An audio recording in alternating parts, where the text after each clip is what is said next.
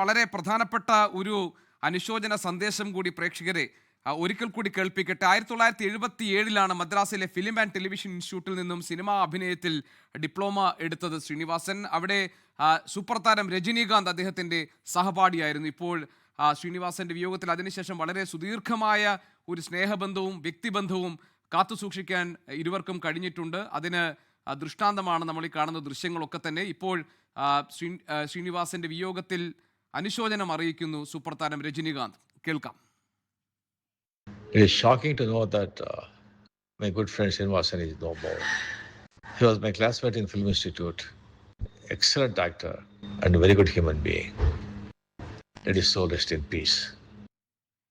ഏറ്റവും നല്ല മനുഷ്യനും ഏറ്റവും നല്ല വ്യക്തിയുമാണ് ശ്രീനിവാസനിലൂടെ നഷ്ടമായിരിക്കുന്നത്, അദ്ദേഹത്തിൻ്റെ വിയോഗത്തിലൂടെ നഷ്ടമായിരിക്കുന്നത് എന്നതാണ് സൂപ്പർ താരം രജനീകാന്ത് അദ്ദേഹത്തെ അനുസ്മരിച്ചുകൊണ്ട് പറഞ്ഞിരിക്കുന്നത്. വളരെ ചുരുങ്ങിയ വാക്കുകളിലാണ് രജനീകാന്ത് തൻ്റെ അനുശോചന സന്ദേശം പറഞ്ഞതെങ്കിൽ പോലും അതിനകത്ത് എത്രത്തോളം ഊഷ്മളമായ ഒരു ബന്ധം അവർക്കിടയിൽ ഉണ്ടായിരുന്നുവെന്നും ശ്രീനിവാസൻ എന്ന വ്യക്തിയെ എത്രത്തോളം രജനീകാന്ത് ആഴത്തിൽ മനസ്സിലാക്കിയിരുന്നെന്നും നമുക്ക് ബോധ്യപ്പെടുത്തുന്നതാണത്. സൂപ്പർ താരം രജനീകാന്ത് ഉൾപ്പെടെ നിരവധി ആളുകൾ ആ സമയത്ത് വളരെ പ്രഗത്ഭരായ ആളുകളൊക്കെ ശ്രീനിവാസന്റെ സഹപാഠികളായിരുന്നു. 1977 ശ്രീനിവാസൻ മദ്രാസിലെ ഫിലിം ആൻഡ് ടെലിവിഷൻ ഇൻസ്റ്റിറ്റ്യൂട്ടിൽ നിന്നും സിനിമാ അഭിനയത്തിൽ ഡിപ്ലോമ എടുത്തത്. ആ കാലഘട്ടത്തിൽ അദ്ദേഹത്തിന് ധാരാളം സൗഹൃദങ്ങൾ ഉണ്ടായിരുന്നു. ഈ സൗഹൃദങ്ങളൊക്കെ ജീവിതത്തിൻ്റെ എല്ലാ ഘട്ടങ്ങളിലും സൂക്ഷിക്കാനും അതിൻ്റെ പുതുമകൾ നിലനിർത്താനും ഒക്കെ ശ്രീനിവാസന് കഴിഞ്ഞിട്ടുണ്ട്. ഒരു പക്ഷേ ശ്രീനിവാസൻ അദ്ദേഹത്തിൻ്റെ സിനിമകൾക്കുള്ള പ്രമേയം കണ്ടെത്തിയിരുന്നു അദ്ദേഹത്തിൻ്റെ ചുറ്റുപാടുമുള്ള ജീവിതങ്ങളിൽ നിന്നും, അദ്ദേഹം സാമൂഹിക വിഷയങ്ങളിൽ അദ്ദേഹത്തിൻ്റെ സൂക്ഷ്മമായ നിരീക്ഷണങ്ങളിൽ നിന്നുമൊക്കെ വിരിഞ്ഞ പുഷ്പങ്ങളായിരുന്നു അദ്ദേഹത്തിൻ്റെ ഓരോ തിരക്കഥകളും സിനിമകളിലെ ഓരോ പ്രമേയവും. അതുകൊണ്ട് തന്നെ അദ്ദേഹത്തിൻ്റെ സാമൂഹിക നിരീക്ഷണങ്ങളിൽ നിന്നുണ്ടായിട്ടുള്ളതാണ്.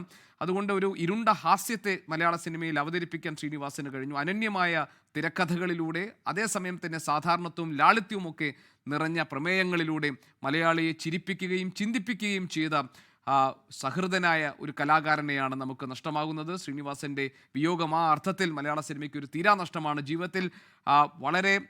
ജീവിതത്തിലുടനീളം ഒരു സമയം പോലും വിശ്രമിക്കാതെ ചിന്തിക്കുകയും എഴുതുകയും മലയാളിയെ ചിന്തിപ്പിക്കുകയും ഒക്കെ ചെയ്ത അതുല്യ കലാകാരനാണ് ശ്രീനിവാസൻ.